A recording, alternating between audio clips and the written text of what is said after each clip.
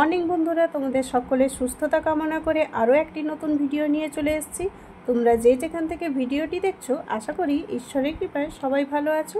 আমরাও এখন মোটামুটি বেশ ভালোই আছি। কিছুদিন হলো শরীরটা অসুস্থ থাকার জন্য তোমাদের সঙ্গে কন্টিনিউ কোনো ভিডিও শেয়ার করতে পারিনি। আমি যেমন অসুস্থ ছিলাম, সেই সঙ্গে সঙ্গে আমার মেয়েও অসুস্থ হয়ে পড়েছিল। ছোট বাচ্চাটাকে দেখভাল করতে করতে ভিডিও শেয়ার করার মতো মানসিকতা তৈরি হয়ে ওঠেনি। আর তার সঙ্গে ছিল ছেলের পরীক্ষা। তো যাই হোক, মোটামুটি এখন সবাই ভালো আছি। তো এরপর থেকে ভিডিওটি কন্টিনিউ করতে পারবো। মাঝে 2 দিন হলো খুব সুস্থই হয়ে গেছিলাম। তারপরে হঠাৎ করেই এতটাই গলা বসে গেছিলো যে ভয়েস ওভার দিতে পারছিলাম না। সেই কারণেই তোমাদের সঙ্গে ভিডিও শেয়ার করা হয়নি। আমাদের প্রত্যেকের জীবনটাই তো ভালো মন্দ সব মিশিয়ে, তাই না? যেমন শরীর অসুস্থ হবে, সুস্থ থাকবে, তেমন জীবনের মধ্যে ভালো মন্দ সব কিছু মিলেই চলবে। তো যাই হোক, সকাল সকাল উঠে গেছি, আর আকাশটা দেখলে শরৎকালের খুব সুন্দর লাগে দেখতে। তো সেই কারণে আমি কিন্তু শরৎকালে আকাশটার দিকে প্রায় কিন্তু তাকিয়ে থাকি, আমার বেশ ভালোই লাগে। তো যাই হোক, ছেলে মেয়ে উঠে গেছে। ছেলে তো এখন বাড়িতেই আছে। তারপরে ছেলে পড়তে বসে গেছে, যেহেতু ওর সামনেই পরীক্ষা। আর মেয়েও উঠে গেছে, ওকে একটু খাইয়ে দিচ্ছি। আর ও দেখো মজা করে করে কেমন খেয়ে যাচ্ছে।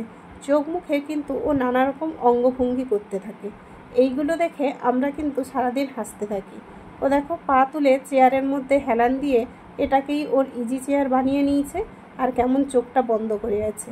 তো যাই হোক, এইরকম মোটামুটি ও সারাটা দিন আমাদের মজা দেয়। তো চলো এবারে তার সারাটা দিন কী করি না করি তোমাদের সঙ্গে পুরোটাই শেয়ার করছি। আর আজকের ভিডিওটা খুব ইন্টারেস্টিং হতে চলেছে। তোমরা কেউ স্কিপ না করে পুরো ভিডিওটি একদম শেষ পর্যন্ত দেখতে থাকো। আশা করি তোমাদের বেশ ভালো লাগবে। চলো তাহলে, মেয়ে এখন খাওয়া দাওয়া করে নিক। আর ছেলেও দেখো ওর আগে উঠে খাওয়া দাওয়া করে ও কিন্তু পড়তে বসে গেছে। তো ওকে মোটামুটি দেখিয়ে দিয়েছি ও কি পড়বে। যেহেতু পরীক্ষার সামনে, এখন বাড়িতেই আছে। ওর অসুস্থ থাকার জন্য, ওর পড়াগুলো ঠিকমতো রেডি না থাকার জন্য ও বাড়িতে থেকেই রেডি হচ্ছে। তো এই দিকে এত সুন্দর রোদ দেখে ওই যে আমগুলো পেড়ে নিয়েছিলাম আচার বানাবো বলে, তো একটু দেখো লবণ হলুদ দিয়ে মেখে রোদে দিয়ে দেবো। এত সুন্দর রোদ, ছাদে কিন্তু দিচ্ছি না, একদম বাড়ির উঠোনেই রোদে দিয়ে দিচ্ছি। কারণ ছাদে হলে যখন তখন যদি বৃষ্টি আসে বা হনুমানের উৎপাতের ভয়ে, তাই ওপরে সাহস করে আর দিতে গেলাম না। এত সুন্দর রোদ, তো নিচেই রোদে মোটামুটি দিয়ে দেব, যাতে একটু লক্ষ্য নজর রাখা হয়। আর আজকে যেহেতু রান্না বান্নার কোনো বালাই নেই, সেই কারণে আমটাও ভালো রকমভাবে শুকিয়ে নেব। তো কেন রান্না বান্না করছি না বা কোথায় নেমন্তন্ন আছে না কি আছে, তোমরা পুরোটা ভিডিও দেখতে থাকো। এই ভিডিওর মাধ্যমেই তোমরা সব কিছুটা জানতে পারবে। তো দেখো, আমার মোটামুটি লবণ হলুদ মাখানো হয়েও গেছে। আর আমটা মোটামুটি আমি রোদে বসিয়েও দিয়েছি। কত সুন্দর দেখো রোদ পেয়ে যাচ্ছে। আর এই দিকে যেহেতু উঠোনের সামনেই রোদে দিয়েছি, তো আমরা মোটামুটি এই বারান্দাতে বসে একটু মশলা মুড়ি খাবো রেডি করে নিয়েছি। এই যে দেখো, একটা আম তেল বানিয়েছিলাম কয়েকদিন আগে। তো সেই আম তেলের যে জামটা ছিল, তার মধ্যেই একটু শসা, চানাচুর, পেঁয়াজ কুচি সব দিয়ে মেখে নিয়েছি।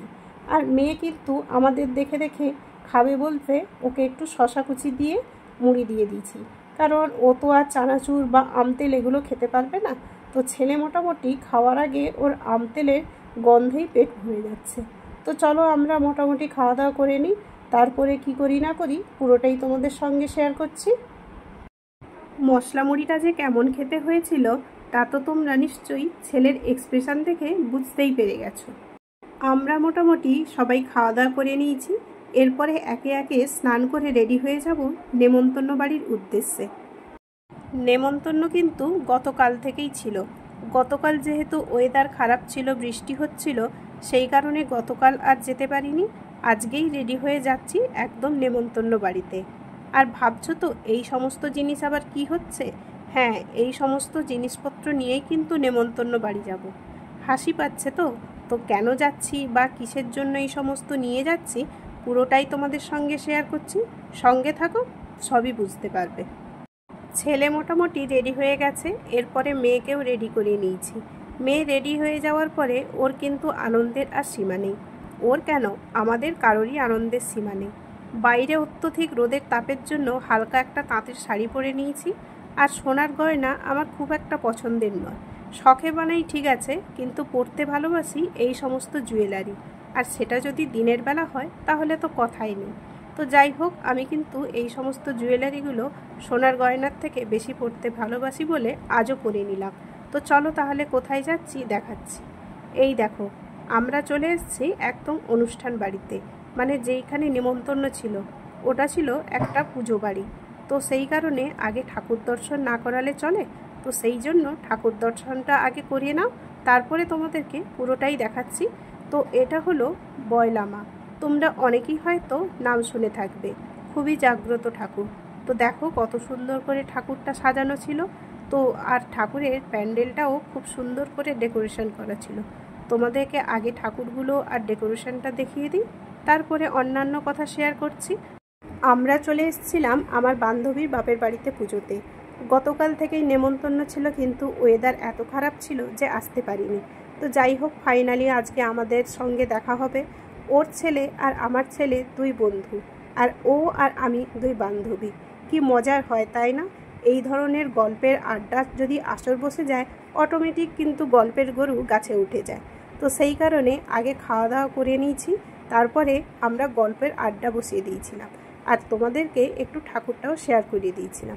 খাওয়া দাওয়াতে অনেক ধরনেরই মেনু ছিল, আর আমার মেয়ে যেহেতু নিজে হাতে খাওয়া দাওয়া করে, সেই কারণে দুটো বাচ্চাকে নিয়ে কন্ট্রোল করা, তারপরে ক্যামেরা করা সম্ভব হয়ে ওঠেনি।